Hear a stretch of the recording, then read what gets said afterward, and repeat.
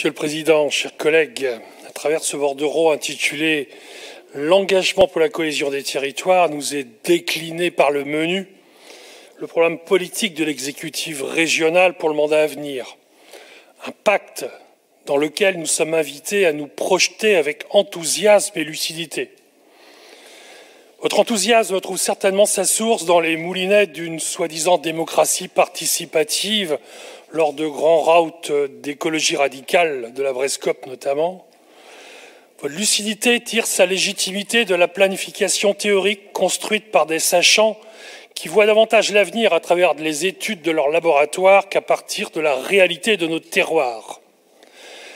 C'est pourquoi nous préférons user de prudence et de pragmatisme que partager votre enthousiasme et votre lucidité pour envisager le bordereau présenté ce jour.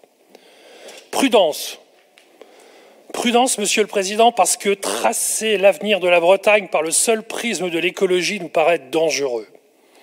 Seule une politique équilibrée, alliant la dynamique économique, la cohésion sociale et la préservation de l'environnement garantira un développement durable de nos territoires.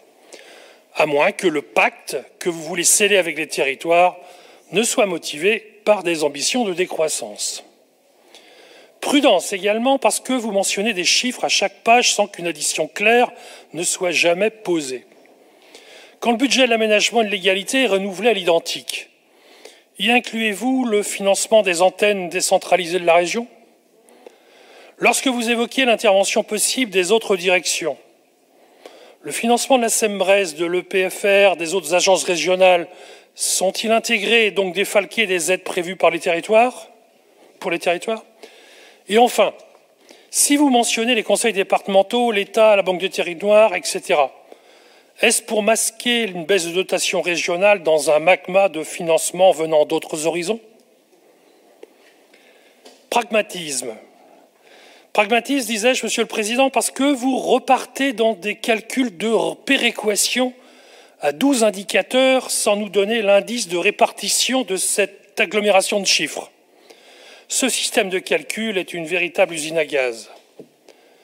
Pragmatisme également parce que nous comprenons votre désarroi devant le choix cornélien entre dialoguer avec les EPCI ou à l'échelle des bassins de vie. Faut-il s'inscrire dans la logique de la loi NOTRe, promulguée en 2015 par le gouvernement de François Hollande, ou dans la tradition bretonne des territoires? À l'échelle des bassins de vie, faut-il faire exploser certains pays? Pour ne pas trancher, vous envoyez la balle dans le camp des collectivités locales, peut-être parce que vous n'avez pas réussi à obtenir une adhésion claire de vos troupes sur l'une ou l'autre des trajectoires.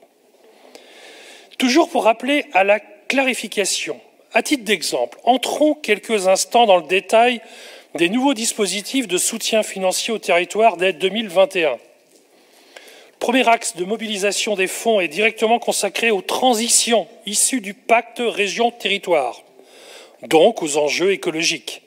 J'imagine, puisqu'ils sont les seuls mentionnés sous ce titre. Le second volet est nommé « Investir dans les centres-bourgs et centres-villes », avec une méthodologie imposant le phasage suivant.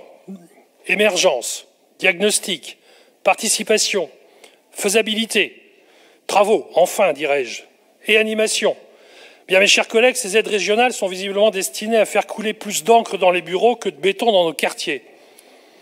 La troisième voie vise à l'amélioration de l'accès aux services à la population et je cite « Dès 2021 et pour une durée de 2 ans, la région expérimentera un nouveau dispositif visant à permettre à tous les Bretons de disposer d'un ou de services de proximité essentiels à leur vie quotidienne, dans un espace-temps limité, facilement accessible à pied, en vélo ou encore itinérant. S'agit-il de réinventer des maisons de France Service ? Nous avons hâte de comprendre ce qui se cache derrière cette formulation. Je vous l'accorde, qui est enthousiasmante pour le coup. Monsieur le Président, à la lecture de ce bordereau, nous comprenons qu'à l'équilibre entre l'économie, le social et l'environnement, vous préférez l'exclusivité écologique, qu'au soutien de l'innovation dans les territoires, vous préférez le financement de vos services, qu'au pragmatisme et au développement, vous préférez la décroissance et les études. Il est probablement encore temps de revenir à des réalités plus simples et plus proches des préoccupations de nos concitoyens. Sur cette voie, vous pourrez nous trouver à vos côtés pour bâtir un projet régional dynamique, utile et concret. Je vous remercie.